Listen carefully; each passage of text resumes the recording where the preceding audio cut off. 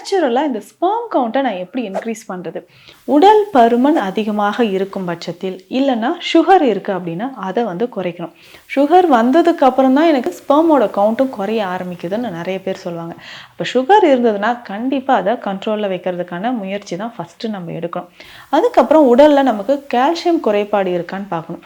ஒரு விந்தணு உற்பத்தி ஆகிறதுக்கு முக்கியமான சில நுண் சத்துக்கள் நமக்கு தேவை. கால்சியம் ரொம்ப இம்பார்ட்டன்ட். அதுக்கப்புறம் மெக்னீசியம், ஜிங்க் மற்றும் காப்பர், இது எல்லாமே வேணும்.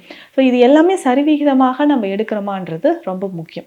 அப்போ பேசிக்காக பார்த்தோம்னா கால்சியம் எதில் நிறைய இருக்குது? முளைக்கட்டிய தானிய வகைகள் இருக்குது. முக்கியமாக நம்ம மறந்துக்கிட்டே வர கீரை வகைகள். தினமுமே நம்ம வந்து ஏதாவது ஒரு கீரையை சாப்பிட்டுட்டு வந்தோம்னா நிச்சயமாக ஸ்பெர்ம் கவுண்ட் இன்க்ரீஸ் ஆக ஆரம்பிக்கும். இதில் என்னென்ன கீரைகள் அதிகமான நான் கவனம் செலுத்தி எடுத்துக்கலாம் அப்படின்னா முருங்கைக்கீரை சொல்லலாம். அதுக்கு அடுத்தது தவசிக்கீரை. இது வந்து மல்டிவிட்டமின் கீரைன்னு இதுக்கு பெயர். அதிகமான கால்சியமும் இதில் இருக்குது தவசிக்கீரை. அடுத்ததாக கல்யாண முருங்கை. அதுக்கப்புறம் வந்து பார்த்தோம்னா வெந்தயக்கீரை. இந்த வெந்தயக்கீரை எடுக்கும்போது லெமன் வந்து திக்காகிறதுக்கும் இந்த வெந்தயக்கீரையை பயன்படுத்தலாம். இந்த மாதிரி தினமும் ஏதாவது ஒரு கீரை வகைகளை உணவில் தாராளமாக சேர்த்துக்கலாம்.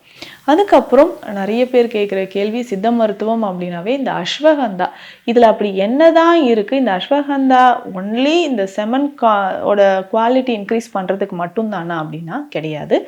அஸ்வகந்தா வந்து நிறைய நோய்களை, இன்னைக்கு கேன்சர்லேருந்து கிட்னி ஃபெயிலியர்லேருந்து நிறைய நோய்களை குணமாக்கக்கூடிய ஒரு அற்புதமான மூலிகை. பெஸ்ட் நர்வின் டானிக் அப்படின்னு சொல்லலாம்.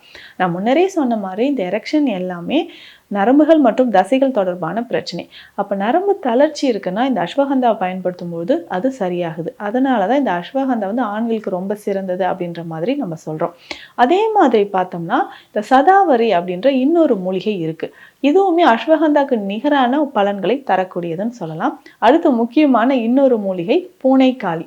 இந்த 3 மூலிகையுமே சேர்த்து நம்ம சாப்பிட்டுட்டு வந்தனாலும் சீக்கிரமாக ஒரு 1 மந்த்லேயே நமக்கு வந்து நல்ல ஒரு டிஃப்ரென்ஸ் தெரியுதுன்னு சொல்லலாம்.